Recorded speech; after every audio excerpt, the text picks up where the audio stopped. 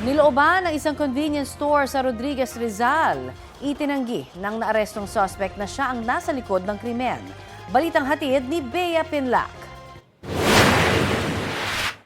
Sa unang tingin, tila namimili lang ang lalaking ito sa isang convenience store sa barangay San Isidro, Rodriguez, Rizal. Pero ang lalaki, ninanakawan na pala ang sarado ng tindahan. Lumusot to sa kisame ng madaling araw. Yung empleyado ng isang convenience store, nung pumasok daw sila doon sa kanilang convenience store ay nakita nila lang na kalat-kalat yung mga paninda nila.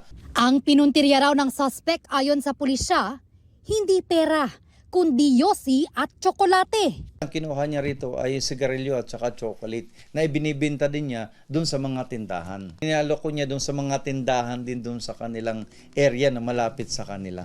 Mahigit 5,000 piso ang halaga ng mga ninakaw ng suspect.